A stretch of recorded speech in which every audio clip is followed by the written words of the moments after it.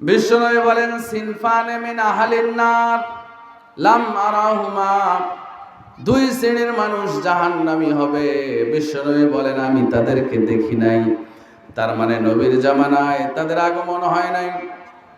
এক নাম্বার নেসাউন কাসিয়াতুন আরিয়াতুন মুমিলাতুন মাইলাতুন। যুবক ভাইরা কানটা খাড়া করেন, ও পর্দার আড়ালের মায়েরা কানটা খাড়া করেন। বিশ্বনবী বলেন দুই শ্রেণীর মানুষ জাহান্নামী হবে, আমি নবী তাদেরকে দেখি নাই। তার মানে আমি নবীর জীবন দশায় তারা আসবে না। তার এক শ্রেণী হলেন নেসাউন কাসিয়াতুন আরিয়াতুন মুমিলাতুন মাইলাতুন। এক শ্রেণীর নারীর আবির্ভাব হবে যারা কাপড় পরেও উলঙ্গ থাকবে। তারা নিজেরাও পুরুষের দিকে আকৃষ্ট হবে, পুরুষদেরকেও নিজের দিকে আকৃষ্ট করবে। এমন মহিলা মনে হয় আমার দেশে একটাও নাই। আছে নাকি? শত শত। বিশ্বনবী 1450 বছর আগে বলে যাওয়া কথাটা আমরা বাস্তবে দেখতে পাচ্ছি, ঠিক কিনা যুবক ভাইয়েরা?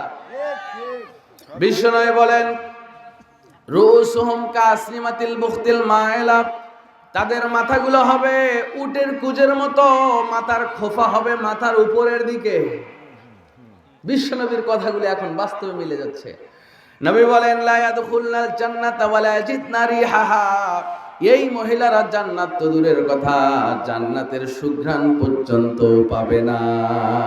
নাউজুবিল্লাহ বলেন। জান্নাত তো দূরের কথা, জান্নাতের ঘ্রাণ পর্যন্ত পাবে না। ওয়া ইন্না রিহাহা তুজাদু মাসিরাতিন কাজা ওয়া কাজা, অথচ জান্নাতের সুঘ্রাণ বিশ্বনবী বলেন এত এত এত এত দূর থেকে পাওয়া যায়। অপর বর্ণনায় পাওয়া যায় বিশ্বনবী বলেন একটা চলন্ত ঘোড়া যদি একটা না 70 বছর শুধু দৌড়াতেই থাকে, যেতেই থাকে, যেতেই থাকে, জান্নাত থেকে 70,000 বছর দৌড়ালে একটা ঘোড়া যত দূর যায়, জান্নাতের সুঘ্রাণ এত দূর থেকে পাওয়া যায়। সুবহানাল্লাহ বলেন।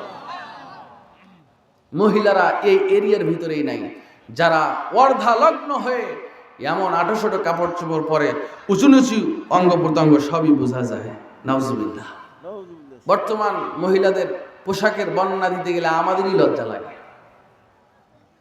এমন আটোশোটো টাইট ফিটিং কাপড় পরে বের হয়, তাকানির কায়দা নেই।